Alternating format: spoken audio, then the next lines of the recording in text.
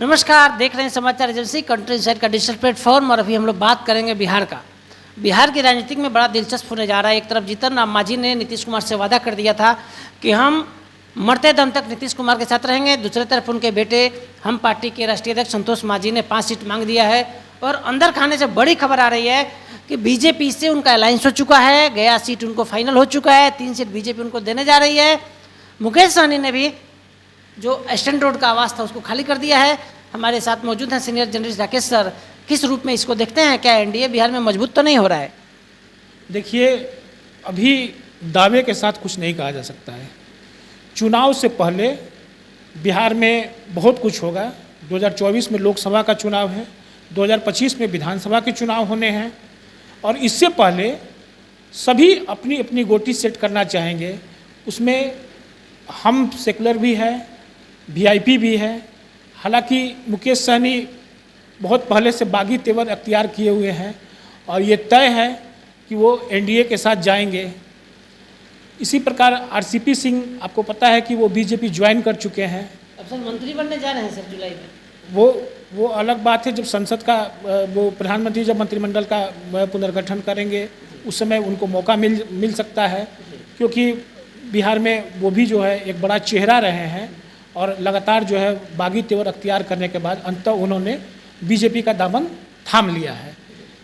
तो संतोष मांझी जो हैं वो अपने पार्टी के राष्ट्रीय अध्यक्ष हैं, वो बिहार में मंत्री भी हैं और अगर वो घोषणा कर रहे हैं कि हमें 5 सीट चाहिए, तो महागठबंधन के साथ कई सारी पार्टियां हैं, राजद, कांग्रेस, वाम दल, सारे जो हैं वो महागठबंधन का हिस्सा हैं। हम भी जो है वो महागठबंधन का हिस्सा है। तो अब देखना ये होगा कि चुनाव से पहले क्या उनकी बात मानी जाती है। जीतन राम मांझी जी लगातार कोऑर्डिनेशन कमेटी की बात करते रहे हैं, उनकी बात काफ़ी हद तक पार्टी में मानी भी गई है। लेकिन अब ये देखना होगा कि चुनाव आने से पहले कि क्या वो एनडीए का रुख करते हैं। अगर एनडीए का रुख करते हैं तो निश्चित रूप से दलित वोट जो है वो मांझी के साथ काफ़ी हद तक जा सकता है। तो यह जो महागठबंधन नीतीश कुमार की अगुवाई में बन रहा है और बन चुका है, फाइनली लोगों को प्लान है कि 40 सीट हम बिहार में जीतने जा रहे हैं, तो एक तरह से तो झटका के रूप में माना जाएगा ना। देखिए, दावा सभी करते हैं कि हम 40 की 40 सीटें जीतेंगे। एनडीए भी दावा करती है कि हम 40 सीटें जीतेंगे, महागठबंधन भी दावा करता है कि हम 40 सीटें जीतेंगे। लेकिन जो वास्तविक स्थिति है वो इन सबसे परे है।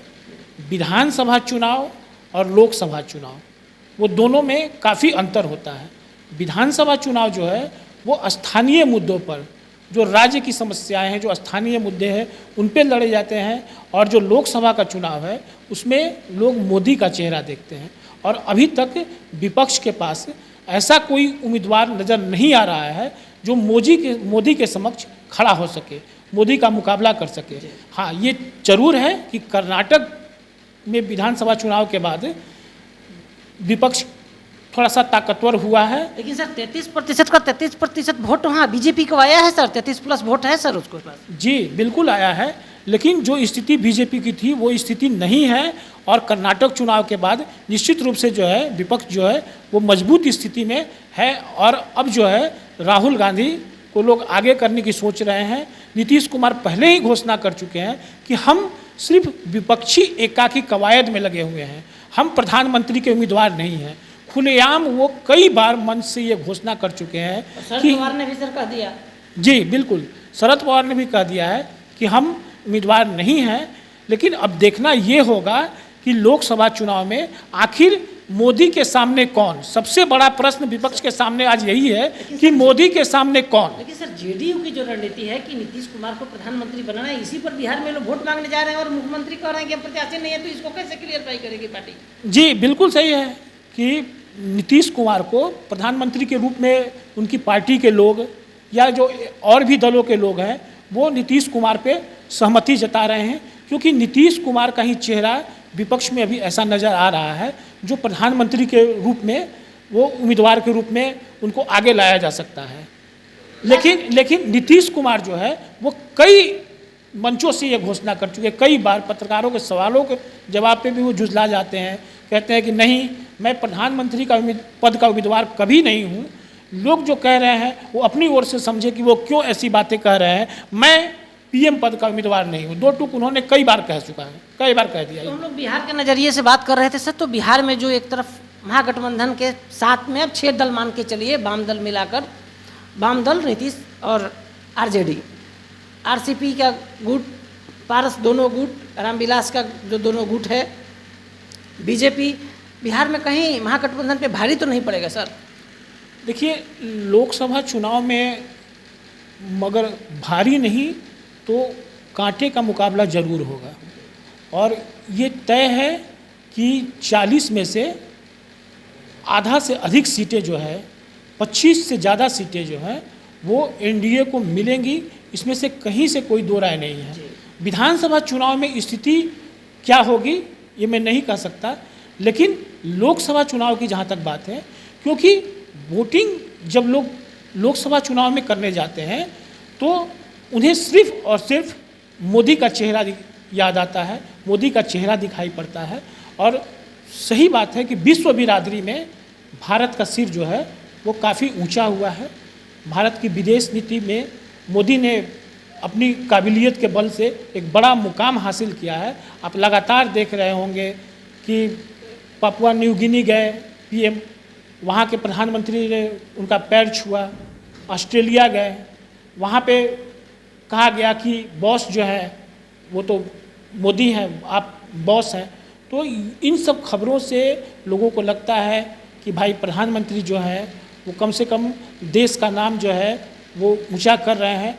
हाँ, विधानसभा चुनाव में जो है वो औद्योगिकरण का मुद्दा रहेगा, स्थानीय मुद्दा रहेगा, रोज़गार का मुद्दा रहेगा। लाख कवायद के बावजूद बिहार में अभी तक कोई इंडस्ट्री नहीं लग सकी है, इंडस्ट्रियलाइजेशन नहीं हुआ है। कई बार इन्वेस्टर मीट हुए, इन सब का कोई असर अभी जो है धरातल पर नहीं दिख रहा है। तो विधानसभा चुनाव में क्या स्थिति होगी ये अभी नहीं कहा जा सकता है, लेकिन लोकसभा में ये तय है कि प्रधानमंत्री का चेहरा देखकर लोग वोटिंग करेंगे और बीजेपी फायदे में रहेगी। एनडीए जो है, बीजेपी जिसके साथ है, एनडीए जो है वो फायदे में रहेगी। तो हम लोग तो बात कर रहे थे, बात की शुरुआत हम लोगों ने की जीतन राम मांझी और मुकेश सहनी पर, लेकिन सर ने बड़ा ब्रेकिंग कर दिया। 2024 में बीजेपी एनडीए अलायंस बिहार में 25 सीट जीतेगा। एक कंट्री इनसाइड के स्पेशल राजनीतिक विशेषज्ञ राकेश कुमार का साफ साफ दावा है। 25 में क्या होगा यह बिहार की जनता तय करेगी, लेकिन 24 में CIN के डिजिटल प्लेटफॉर्म पे हम लोग मुकेश और मांझी की बात करते करते सर ने भविष्यवाणी कर दी 25 सीट एनडीए बिहार में जीतने जा रहा है। हमारे सहयोगी रमाशंकर के साथ कौशलेंद्र, पटना से।